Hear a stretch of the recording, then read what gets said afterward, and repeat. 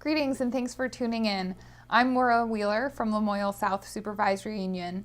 Welcome to the 8th episode of our PLP Pathways webinar series. I'd like to thank Orca Media for letting us film the show in the studio. Hi, and I'm Don Taylor from Main Street Middle School in Montpelier and PLP Pathways. Before we get into today's show, we want to make sure you know how to stay connected to PLP Pathways. You can follow us on Twitter. We also have a blog and a website with lots of resources for teachers who are trying to implement Act 77 in the classroom. We'll show you these again at the end of the show. This afternoon we're going to be talking about linking evidence, goals, and proficiency. This is a topic that we touched on in October, and it's, believe it or not, it's that time of the year again where we're going to explore that a little bit more deeply in our conversation tonight. We also want to make sure that you know about our upcoming webinar. Maura?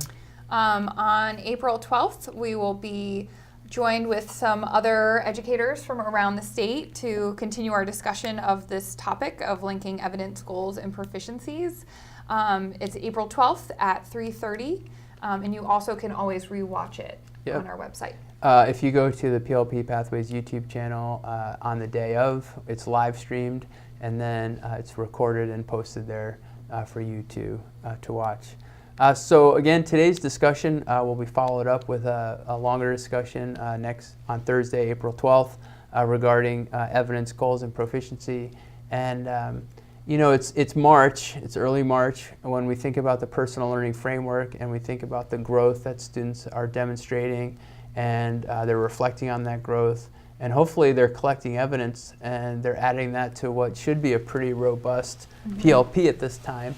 So Maura, in your role as a proficiency-based learning and technology integration coach, as you're looking at PLPs and how those have developed over the course of the academic year, what are your expectations at this point, and what would you like to be seeing from your students and from your teachers? So I think at this point of the year, this is when, based on our calendar, this is when StudentLed Conferences, our second round of conferences, are coming up. So in the fall, the focus of the conference is to really work with families and students to identify the students' goals that they're going to be working on for the year. When we arrive to our March StudentLed Conference, it's really the time when we start talking with our students to prepare them to get their portfolios ready to both identify academic strengths. So that would look like some academic evidence, some work that would be supporting their growth in the proficiencies.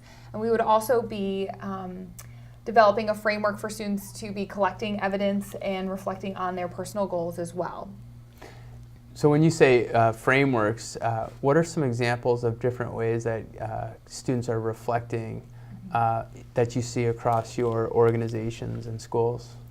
So from my past experience as a middle level teacher, one of the things that we would think about are what are the routines that we're building for our students to reflect. And so there are a few different opportunities. One is sort of in the process of learning, we should always be asking our students to stop and reflect and think about either new learning or things that they are finding challenging, and identifying some solutions, maybe setting some smaller goals.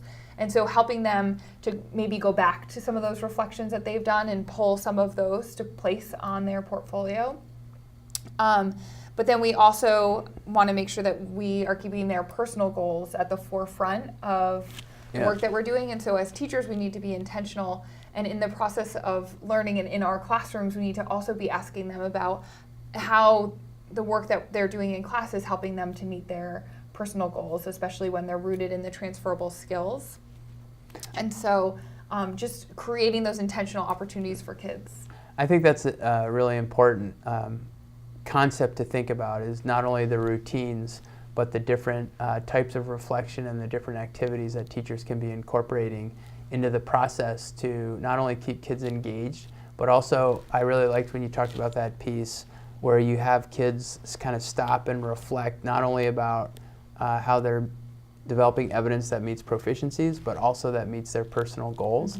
And it's a really good time, I think, too, for teachers to be asking the students, what's working for you, what are you having success with, what's been a challenge, and that can lead directly into these new goals perhaps that they're going to set. It can also set the table for those conferences with parents. And I I guess what I'm hearing a lot of is moving towards student independence, where students are getting used to thinking about what they're doing and reflecting on them.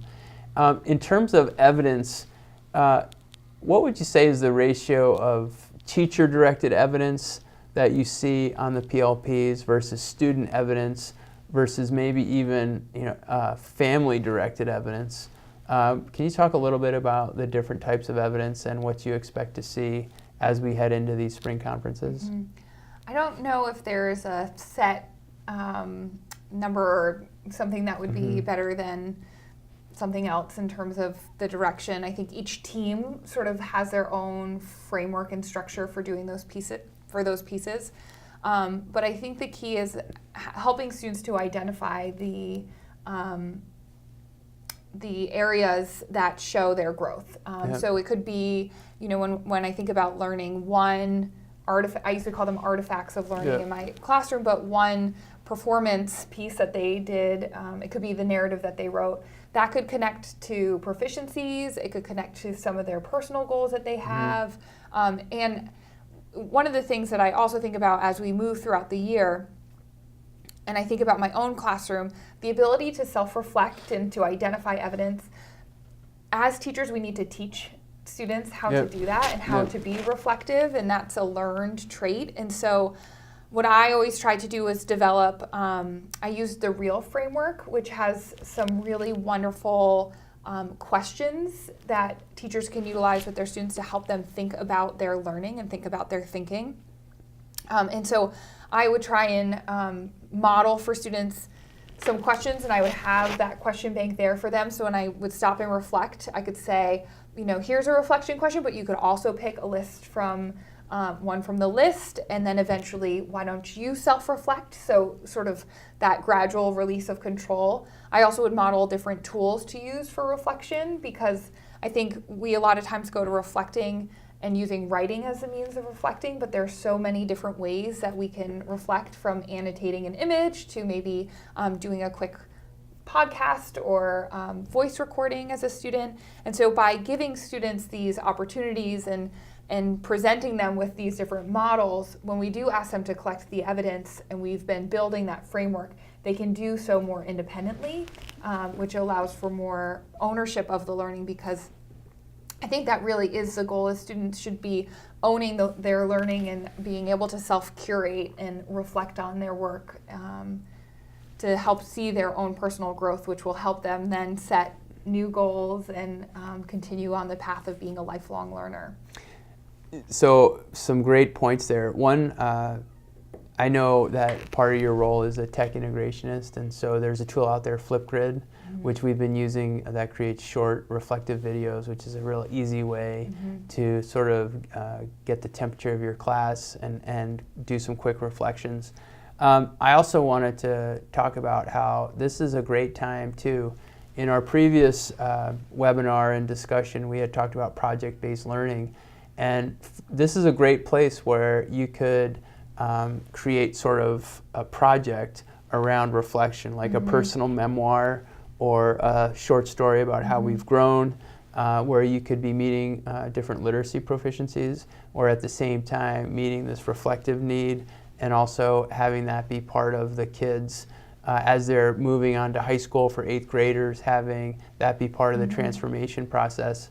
A third piece that I'd like to mention too is at some point in my near teaching future this year, we're going to be doing an exploration unit where kids start to look at the camps and opportunities related, around Vermont, local opportunities that they can begin exploring and maybe tying to their goals, or tying to their evidence, or tying to the successes that they've had throughout this part of the school year. So it's really a rich and robust time where it feels like you work really, really hard with your kids, and then you get to a point in the year where you start reminiscing almost and reflecting and kind of thinking about what you've done and what you could have done, might have done better.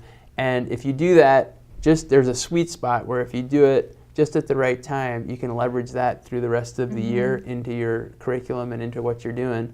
If it's too late, sometimes you lose momentum, but teachers should be thinking about where that sweet spot is, where you can kind of have your evidence, your goals, your reflection, your meeting with the families, developing a plan either for the next year, whether it be 6th, 7th, or 8th grade, or moving on to high school. I think it's important. And as you were talking about conferences, one thing I want to remind folks out there is how important it is to communicate with families and to make sure that your families are aware of the goals of your conference, that you broadcast that out there, that they realize how important it is to get their feedback and their input, and how much students appreciate any of that attention, advice, and feedback on the hard work that they've been doing.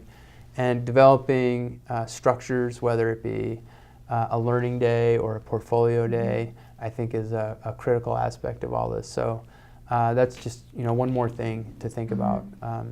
So again, April 12th at 3:30, we'll be having a web-based discussion about much of the goals, the reflection, and how teachers can get into that sweet spot with conferences and with the growth and learning of their students.